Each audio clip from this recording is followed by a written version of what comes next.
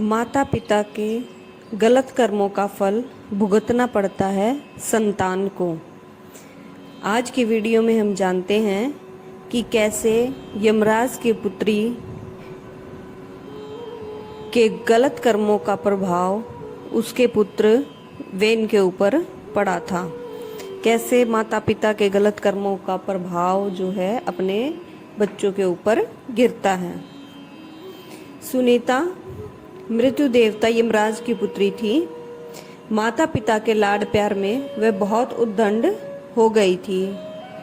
वह देखती थी कि उसके पिता पापियों को दंड देते हैं। वह पाप और पुण्य का अंतर नहीं समझती थी, इसलिए खेल खेल में किसी के अच्छे कार्य में बाधा डालती थी और किसी को अकारण मारने लगती थी। ऐसे उद्दंडता पूर्वक कार्य करके वह बहुत खुश होती थी। एक दिन सुनीता एक गंधर्व कुमार को, जो अपनी आराधना में योग मुद्रा में बैठा था, अकारण ही कोड़े से मारने लगी। गंधर्व कुमार पीड़ा से छटपटाता तो वह खुशी से उछल पड़ती। वह उसे खेल समझती। इस प्रकार की अपनी करतूतें वह अपने पिता को बताती। पिता उसकी इस उद्दंडता को बाल सुलभ खेल समझकर चुप रह जाते। न तो सुनीता को ऐसा करने से रोकते न समझाते। बहुत दिनों तक ऐसा ही चलता रहा।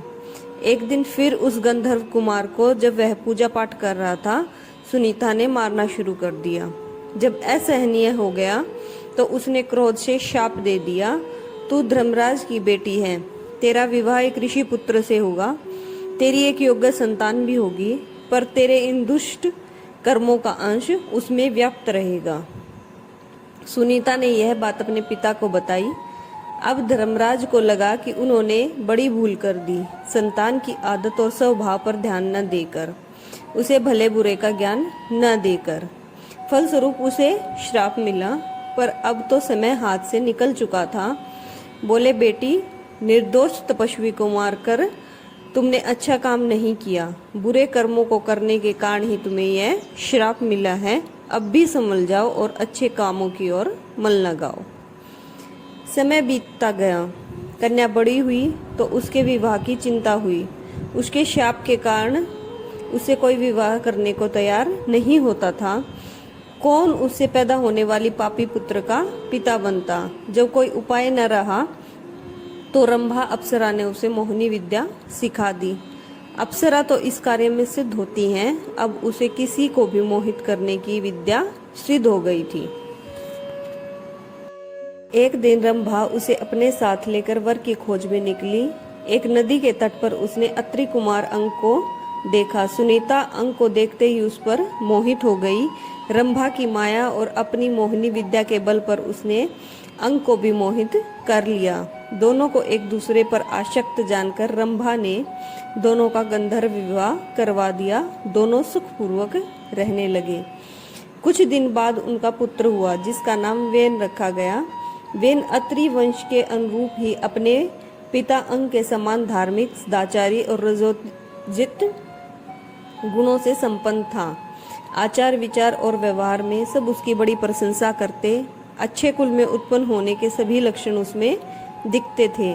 पर माँ के एक दुर्गुण के कारण, जिसके कारण वह शापित हुई थी, धीरे धीरे वेन में भी वे दुर्गुण प्रकट होने लगे।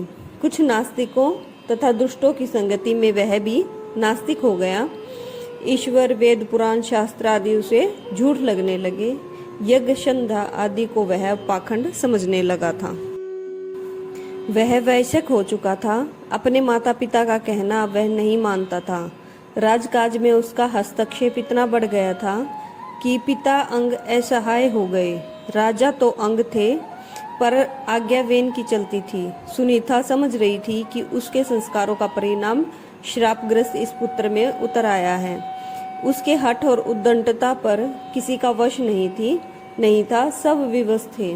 वेन के इन कर्मों से प्रजा दुखी रहने लगी। महाराज अंग को अपयश मिलने लगा। जब सब प्रकार से वेन को समझाकर हार गए तो अपयश से बचने के लिए एक दिन निराश होकर अंग ने चुपके से घर का त्याग कर दिया। राजा के बिना अराजकता और बढ़ी। ऋषियों ने अंग पुत्र वेन को राजा बनाया और समझाया तुम्हारे दुष्कर्मों से दुखी होकर तुम्हारे पिता ने राज्य त्याग किया है। अब तुम अपना राजकीय उत्तरदायित्व समझो और सत्कार्य कर पूजा को सुख दो। पर वेन राजा बनकर तो और प्रमत्त और अहंकारी हो गया। बोला, आप लोग मुझे ज्ञान मत दीजिए, मैं स्वयं बड़ा ज्ञानी हूँ। ईश्वर, धर्म, शास्त्र आदि सब मेरे आदेश से स्थापित होंगे। मेरी ही आज्ञा धर्म होगा, शास्त्र वचन होगा। आप लोग अब मेरी आज्ञा के अनुसार चलिए और मुझमें ही ईश्वर, धर्म और शास्त्र की छाया देखिए। ऐसे विचार वाले वेन के कार्य से देश में अराजकता बढ़ी।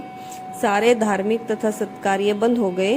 प्रजा की सुरक्षा नहीं रह गई। दुष्ट लोगों का बोलबाला हो गया। धार्मिक कार्य बंद हो गए। हर चीज का अंत होता है। पाप का घड़ा जब भर गया तो ऋषि मुनियों और प्रजाजनों ने विरोध कर दिया। वेन को पकड़ लिया और उसे प्रताड़ित कर राजा के पद से हटा दिया। सत्ता छिन जाने से वह असहाय हो गया। अब वह दूसरों की दया पर निर्भर रहने लगा। ऋषियों ने प्रजा से परामर्श कर उसके पुत्र पृथु को राजा के पद पर प्रतिष्ठित किया। वेन जंगल चला गया।